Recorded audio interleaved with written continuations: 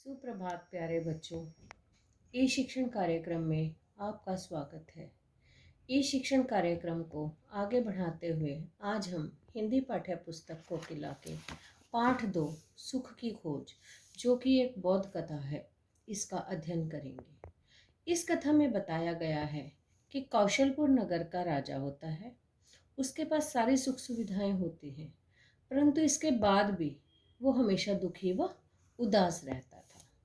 तो एक दिन जो राजा हैं वो सिद्ध महात्मा के पास जाते हैं और विनम्र भाव से उनसे कहते हैं कि महाराज, मेरे राजमहल में सुख सुविधा की हर चीज़ मौजूद है, किसी चीज़ की कमी नहीं है, भरा पूरा परिवार है, नौकर चाकर हैं, धन दौलत है, फिर भी मैं बड़ा उदास व दुखी रहता हूँ। आप मुझे कोई ऐसा उपाय बताइए जिससे मैं सुखी व प्रसन्न रहूं। प्रसन्न होता है बेटे खुशी। तो महात्मा जी राजा की बातें बड़े ध्यान से सुनते हैं, थोड़ी देर चुप रहते हैं, फिर वो कहते हैं कि आप चिंता ना करें, आपका दुख दूर करने का एक उपाय है, ध्यान से सुनिए। एक रात आप किसी सुखी आदमी की चादर ओढ़कर सो जाएं, फिर आपका सारा दुख दूर हो जाएगा। तो राजा सोचता है कि तो बड़ा आसान उपाय है, मेरे राज्य में तो सुखी आदमियों की कमी ही नहीं है, तो मैं तो एक नहीं बहुत सारी चादरें मंगवा सकता हूँ। तो जो राजा होता है फिर वो क्या करता है, अपने सेवकों को अपने पास बुलाता है और उनको राज्य के अलग अलग भागों में भेज देता है। तो राजा के सेवक सुखी आदमी की तलाश में गांव गांव घूमने लगते हैं। उनके सामने जो भी आदमी आता वो उससे पूछते, क्यों भाई, क्या तुम सुखी हो? परंतु प्रत्येक व्यक्ति से नकारात्मक यानी कि नेगेटिव उत्तर पाकर उनका उत्साह यानी कि जोश ठंडा पड़ जाता।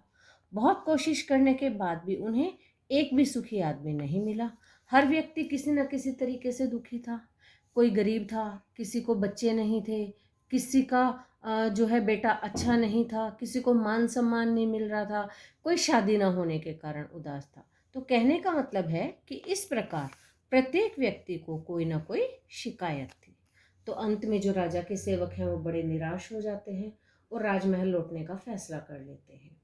लेकिन जैसे वो लौटने का फैसला करते हैं तो रास्ते में उनकी नज़र एक मलंग फकीर पर पड़ी। वो निश्चिंत होकर, निश्चिंत होता है बेटे बेफिक्र होकर, इकतारा ये रहा, बजाते हुए कोई गीत गा रहा था, अल्लाह रहम कर, यानी कि हे भगवान दया करो।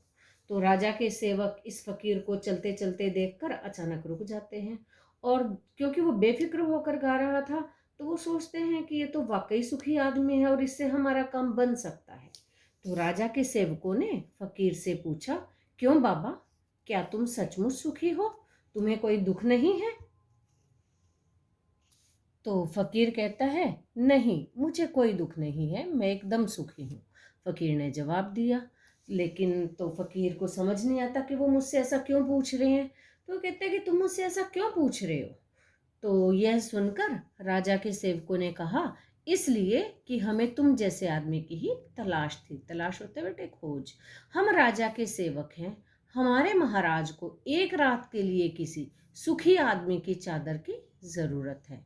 यदि तुम राजा को एक रात के लिए अपनी चादर दे दो तो वे तुम्हें मुंह मांगा इनाम देंगे, फिर तुम्हें जिंदगी भर भीख मांगने की आवश्यकता नहीं पड़ेगी। आवश्यकता होते बेटे जरूरत। बोलो, क्या तुम अपनी चादर दोगे? तो ये सारी बात सुनकर जो फकीर होता है वो जोर जोर से हंसने लग जाता है। तो वो कहता है कि माफ करो, मैं तो आपके राजा की इच्छा पूरी ही नहीं कर सकता, क्योंकि मेरे पास तो चादर है ही नहीं। तुम्हारे पास चादर नहीं है, फिर तुम अपने आप को सुखी कैसे कहते हो? राजा के सेवकों ने आश्चर्य प्रकट करते हुए फकीर से पूछा। आश्चर्य होते बेटे हैरानी।